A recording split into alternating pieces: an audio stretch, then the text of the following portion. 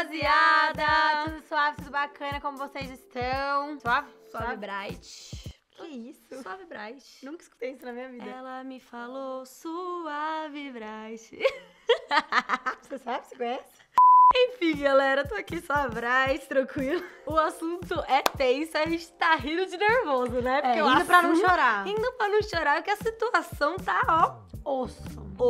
Tá rolando muita treta de política. Como a gente gosta de assunto polêmico, que é política e futebol, só faltou religião, né? Pra gente pra fuder de vez. Mas assim, vamos misturar hoje política e futebol. Mas eu acho que assim, a política com o futebol mudou o jeito que o futebol é hoje em dia. Claro. Então é polêmico, mas é polêmico pro bom, entendeu? Mas é polêmico ao mesmo tempo, porque a situação que vivemos, né? Tudo que o país sofre em questão política afeta o futebol, né?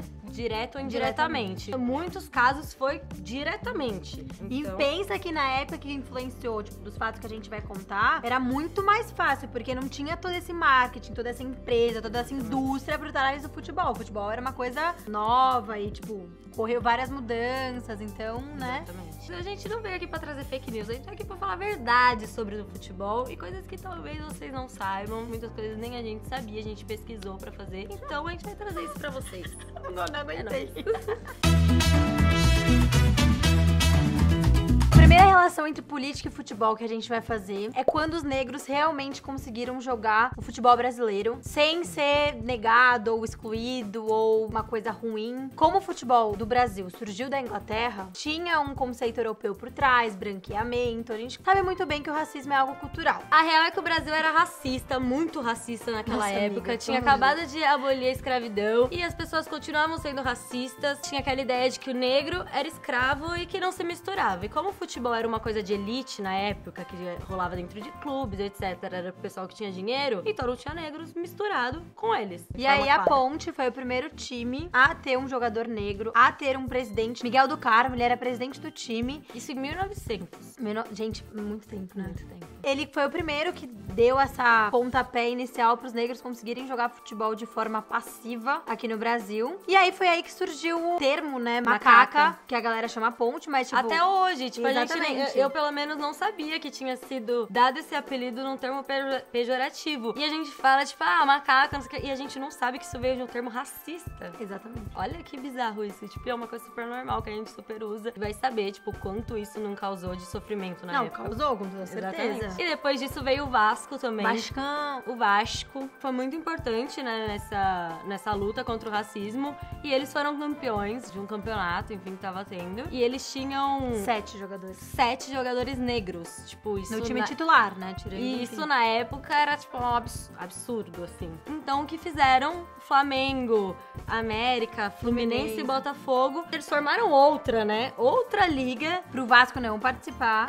E meio que fizeram uma liga sem jogadores negros. E eles falaram pro Vasco que eles só podiam voltar a jogar a liga se eles excluíssem esses jogadores negros. Ou seja, um, que eles estavam com medo de perder, e dois, porque eles eram racistas. Porque, tipo, querendo ou não, o futebol é um jogo popular, entendeu? Pega todas as classes, pega todas as idades, pega todas as etnias, enfim. E é popular desse jeito por causa do Vasco, que deu uma... Não só do Vasco, né? Da Ponte, do Bangu, do Vasco. O Vasco, na época, deu uma carta de resposta, foi isso? Deu uma intimada. Deu uma resposta pra eles, que é que eles não iriam participar se fosse nessas condições. E foi quando o futebol começou a se popularizar, saiu dessa coisa de elite, e começou a se popularizar, começou a inserir negros no futebol. Ou seja, o futebol que a gente vê hoje, que é essa coisa popular, essa coisa que envolve todo mundo, que inclusive tem muitos negros no futebol. A maioria, né? Sim, não era assim. Não era. Até o futebol foi algo que sofreu racismo. E inclusive continua sofrendo, porque ainda tem jogadores que passam por episódios de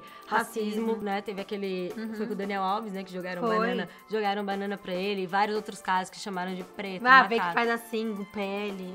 O Aranha, o goleiro, o Aranha da Ponte passou por isso. Então, assim, você imagina que uma coisa que acontecia há 100 anos atrás ainda existe. Não, e outra, 100 bizarro. anos atrás, eles tinham justificativas, porque viviam numa escravidão. Imagina que tem pessoas que pensam isso até hoje. Pois é, galera, vamos abrir a cabeça, né? Racismo não, nem no futebol e nem em lugar nenhum, porque isso daí não existe, somos todos e aí, completamente só pra iguais. gente terminar a história, né? Sim. O Vasco voltou pra liga que tinha desde sempre, porque o Vasco ficou popular, né? Tomou força política, tomou força popular, continuou forte, continuou chamando a atenção das pessoas e eles tiveram que aceitar o Vasco, e foi isso. Exatamente. Então a gente vê que teve uma luta política, né? Uma luta social que, ó, no comecinho do futebol e que às vezes a gente nem tem noção disso. Outro episódio que ficou marcado no futebol foi conhecido como a arrancada heróica, que foi quando o Palmeiras deixou de ser Palestra Itália para se tornar a Sociedade Esportiva Palmeiras. E que, assim, na minha opinião, foi super justo, até porque a Itália, no momento, estava apoiando a Alemanha nazista, independente que os italianos que estavam vindo pra cá, estavam vindo pra fugir daquele cenário que estava se passando na Itália, enfim, tudo mais, remetia a uma coisa que, né... enalteceu um país que tava apoiando o nazismo. Que tava apoiando, simples. exatamente, tava apoiando o nazismo. Então, alguns times começaram a ser contra, se colocar contra, se chamar Palestra Itália. Mudou pra Palestra de São Paulo, mas não convenceu ninguém. E aí, o São Paulo, que era um time que tava brigando muito pra essa mudança de nome, continuou sendo contra porque o Palestra ainda remetia à Itália. O Palmeiras, no dia 14 de setembro de 42, né, que foi quando tava acontecendo a Guerra Mundial, mudou para a Sociedade Esportiva Palmeiras, né? Eu acho justo também. Acho justo. E depois de 6 dias, o Palmeiras jogou contra o São Paulo, que foi quando ficou conhecido como essa arrancada heróica. Tinha 6 dias de Sociedade Esportiva Palmeiras. Entraram carregando a bandeira do Brasil e ganhamos do São Paulo de 3-1. E a Marina não falou nada o vídeo inteiro. Essa parte, você falou tudo. Quando ela começa a falar de Palmeiras, ela não para. Um fato que eu acho, mano, animal, juro por Deus. O Santos parou uma guerra, gente. Quer dizer, eu acho que o Santos, porque o Pelé estava jogando no Santos. Mas se fosse qualquer time, a gente falaria o nome do time. Mas eu acho que foi por conta do Pelé, que já era consagrado, tipo, o rei do futebol. Era conhecido mundialmente. E aí, por conta disso, o Santos fazia várias excursões pelo mundo pra fazer amistoso. Enfim, tipo, divulgação, marketing, essas coisas. Mas aí, uma dessas excursões foi na África. Só que a África tava vivendo uma ditadura. Na África não, né? República Democrática do Congo, vivendo uma ditadura. Foi o que eu falei. Vivendo uma ditadura. E aí o pau tava comendo lá. Todo mundo, guerra, fogo, guerra pesada. E aí o Santos tinha que atravessar a cidade pra chegar no hotel, conseguir jogar, fazer toda a logística ali do time. E teve que fazer, tipo, um acordo entre os dois, sei lá. Os dois que estavam tretando. Os dois caras estavam tretando. Parou a guerra por conta do Pelé jogar lá. E aí o Pelé fez 2 amistosos, né? Foi contra o... É tipo, foda-se a guerra. Vamos lá ver o jogo, depois a gente decide. Depois porque, gente, imagina, tipo, pro Pelé voltar lá, você nunca sabe quando o Pelé iria voltar lá. Então eles acharam melhor parar a guerra pra ver o Pelé. Você tem que ver a força e, tipo, a personagem do Pelé pra essas pessoas. Porque parar uma guerra, gente, não é pouca bosta. Tem gente que não consegue fazer isso até hoje, entendeu? Tem países que estão em guerra. E não sei ninguém que hoje em dia chegaria no meio de uma guerra e o pessoal iria parar pra ver. Aliás, eles pararam a guerra 2 vezes, porque também tava rolando uma guerra na Nigéria também. E eles também foram lá jogar e também pararam tudo pra ver o Rei Pelé. Lá na República Democrática do Congo, o Santos chegou, a guerra ainda tava rolando. Então teve que, tipo, parar a guerra na hora, assim, no dia, pra fazer toda a logística. Na Nigéria, eles organizaram tudo antes do Santos chegar. Então chegou lá, já tava tudo muito bem organizado. Mano, mas, tipo, que moral, né? O cara deve pensar, mano, eu sou muito foda, eu parei uma guerra. Tipo, foda-se. Foda-se. Parei uma guerra. Bom, a gente tá aqui agora pra falar do João Saldanha. Que cara, hein? Ó, mão da porra. Sabia tudo de futebol. Falava muito bem de futebol. Ele era jornalista, né? Então... Jornalista esportivo, manjava tudo de futebol e falava tão bem de futebol que começou a se envolver, né, com futebol. Ele foi técnico do Botafogo por 2 anos, mas acabou não dando muito certo. Ele voltou pra redação, continuou escrevendo sobre futebol, falando sobre futebol e tava seguindo a vida dele até que foi convocado pra ser técnico da seleção lá em 69. Vocês já sabem o que deu, né? A seleção de 70 ficou conhecida como a maior seleção de todos os tempos. O cara botou todos os craques pra jogar. É importante falar que ele pegou a seleção na bosta, né? É. Tipo assim, a situação não vinha bem, não tava dando, tipo... mais desanimada que o Tite pegou. É. E querendo ou não, gente, na época a gente vivia uma ditadura, né? Então a seleção, ela apagava tudo que a ditadura causava. Tipo, futebol era maquiagem pra situação política que o Brasil vivia. Então, a seleção não dando glórias e vitórias... O pessoal ia começar a prestar atenção em outras coisas. Exatamente. E aí, estourou, né? Como a Lara falou, em 70. Só que o que aconteceu? O Médici era o presidente do Brasil e logo após o AI-5, que foi um tratado que ele deu que mudava várias coisas, enfim, liberdade de expressão, direitos humanos. Era uma época muito violenta da muito ditadura, violenta. Muito violenta. Ele intimou o João Saldanha a convocar o Dadá Maravilha. E o João Saldanha, como ele era uma pessoa de esquerda, comunista, militante, tipo, completamente contrário de tudo que o Médici acreditava, acreditava. Ele batia de frente de verdade. De verdade. Ainda bem que tinham pessoas assim naquela época, né? Se hoje a gente vive democracia, é graças a essas pessoas. Bateu de frente e falou, não, você convoca o ministério, eu convoco a seleção.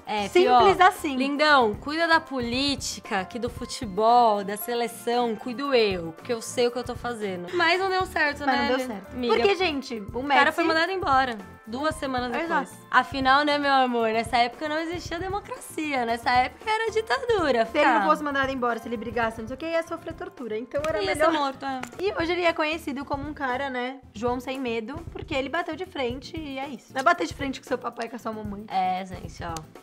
Uma das fases mais importantes, eu acho, da história do futebol, porque mudou muito a visão do que é fazer política dentro do futebol. A democracia corintiana surgiu na ditadura, ou seja, começa aí já um embate, né, de ideias. E pra ter uma ideia do que é fazer política dentro do futebol, porque nessa época tudo era decidido entre todas as pessoas que estavam envolvidas. Era votado, contratações futuras, do que fazer com tal jogador. Então era tudo realmente democrático, né? Sim, não tinha todo um voto presidente que Sim, todo voto dava... tinha mesmo peso, assim. Exatamente. Claro que tinha as pessoas encarregadas por certas coisas pra ter uma organização. Mas, por exemplo, hoje em dia tem o presidente que manda, né? A ideia final é dele. Então, naquela época, tudo era votado. E eu acho importante ressaltar que o atual diretor hoje em dia do Corinthians, né, que é o Duílio, o pai dele fazia parte da democracia corintiana. Muito legal isso. Vladimir, Birubiru, Casagrande, Sócrates, eram personagens muito importantes nessa época. Na época da direta já, que a Rita Lee, né, era uma força muito grande, tipo, da esquerda, comunismo, contra a ditadura. Tava com a blusa do Corinthians e o Sócrates subiu no trio elétrico e deu um discurso de esquerda, enfim, pra ter uma democracia. Que democracia não é esquerda, né, gente? Enfim. Mas naquela época era. Democracia é o mínimo hoje em dia. Exato. Tipo, Por importa o favor, lado né, que você Brasil? seja, você vai defender a democracia. Então eu acho que isso foi um grande ganho pro futebol, né? Cara, e é mudou algo tudo. que é muito importante relembrar, porque, gente, sério, né? Vamos focar. Olha como que era difícil, né? Essa época de ditadura, tudo. Você viver uma Gente, democracia é muito importante. E você nem votava, né? Então...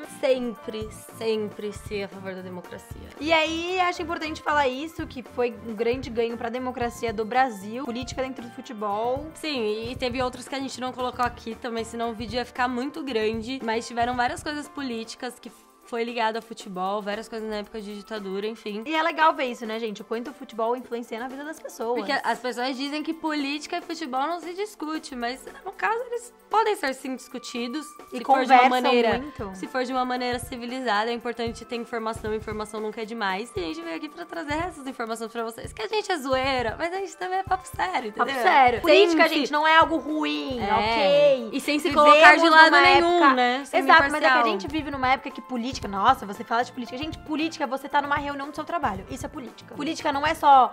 Ai, meu Deus, deputado, direita, câmera. esquerda. É, gente, pelo amor de Deus. É Não, discussão de além ideias disso. novas, de saber discutir ideias. É isso, pessoal. Dá like, comenta... Conta o que vocês acharam desse vídeo, coisas que vocês sabem desses fatos que foram importantes também, que a gente não falou, outras coisas. E é nóis, dá like, se inscreve, manda pra Falou, amiguinho. galera. Falou, é nóis. É nóis.